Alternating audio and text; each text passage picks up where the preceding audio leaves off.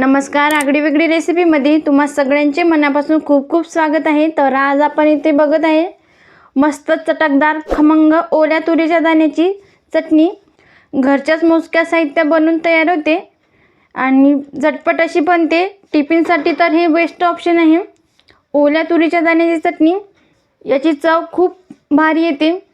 तुम्हाला जर ही रेसिपी शिकायची असेल तर तुम्हाला काय करायचं, व्हिडिओ संपूर्ण बघायचा आहे, तरच मग तुम्हाला ही रेसिपी शिकायला मिळेल।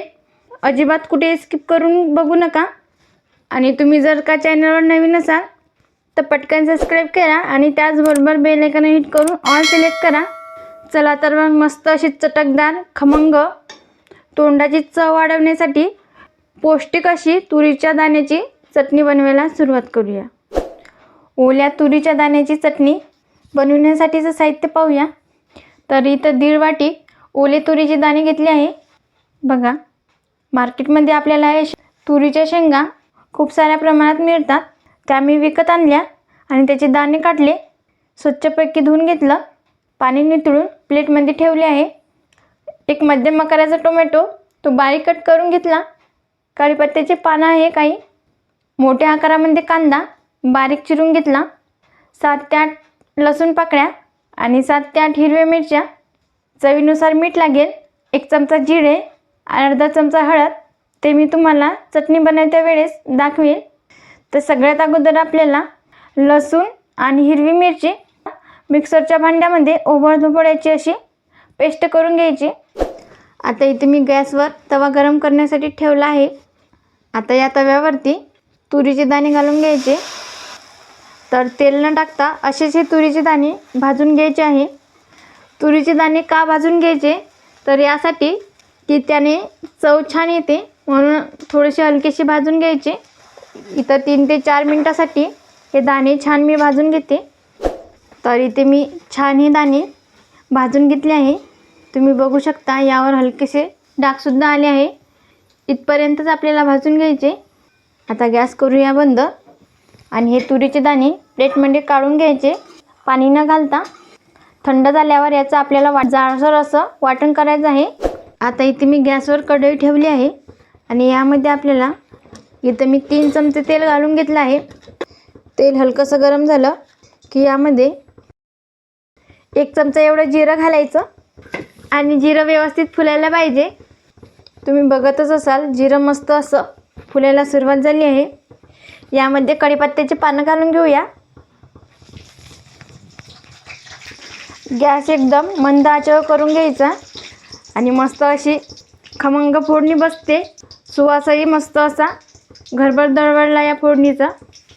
यामध्ये एक बारीक केलेला कांदा घालायचा। आपण जी ओल्या तुरीच्या दाण्याची चटणी बनवत आहे ती खायला खूप भारी लागते। एक मोठा कांदा घालायचा, चव छान उतरते त्याची।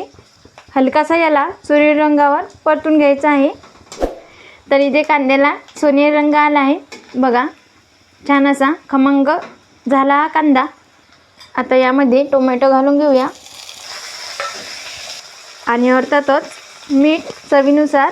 मीठ लगेच घालायचं, त्याने काय होते टोमॅटो लवकर शिजतो, जास्तीचा वेळ लागत नाही। आता इथे टोमॅटो मऊ शिजून घेऊया। आता इथे मऊसूत असा टोमॅटो मी शिजून घेतला आहे आणि त्याचबरोबर लसूण हिरवी मिरचीची पेस्टसुद्धा करून घेतली। बघा अशी जाडसर पेस्ट करून घ्यायची, त्याला ठेचा म्हटला तरी चालेल। हा या तेलामध्ये घालून घ्यायचा आणि त्यासोबत अर्धा चमचा हळद घालून घ्यायची आणि 2 मिनिटासाठी फक्त हा ठेचा छान या फोडणीमध्ये परतून घ्यायचा। आता इथे 2 मिनिटासाठी मी छान हा ठेचा या फोडणीमध्ये परतून घेतला।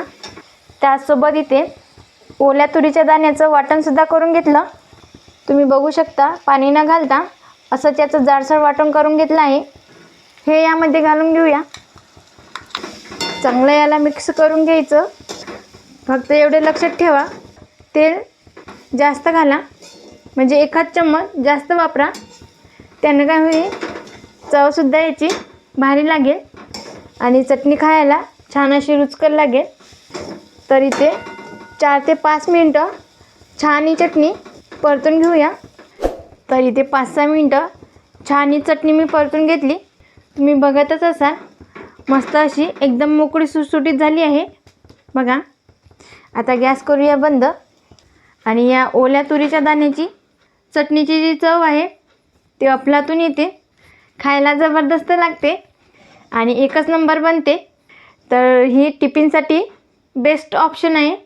झटपट बनवून अशी तयार होते, मोजक्याच साहित्यात बनते आणि या चटणीचा सुगंध अप्रतिम येत आहे. मग तुम्हाला आजची रेसिपी कशी वाटली कमेंटमध्ये सांगायला विसरू नका. त्याचबरोबर तुम्हाला जर आजचा हा व्हिडिओ आवडला असेल तर लाईक करा, जास्तीत जास्त तुमच्या फ्रेंड फॅमिलीसोबत शेअर करा. तसेच आगळी वेगळी रेसिपीला सबस्क्राईब करायला विसरू नका आणि त्याचबरोबर बेल आयकॉन हिट करून ऑल सिलेक्ट करा, ज्याने का होईल मी छान छान रेसिपी अपलोड करेल त्याचे नोटिफिकेशन तुम्हाला येऊन जाईल. आज वेळात वेळ काढून तुम्ही संपूर्ण रेसिपी बघितल्याबद्दल तुम्हा सगळ्यांचे मनापासून खूप खूप धन्यवाद. अशीच छान छान रेसिपी तुम्हीसुद्धा बनवून खात जा. भेटूया नेक्स्ट व्हिडिओमध्ये.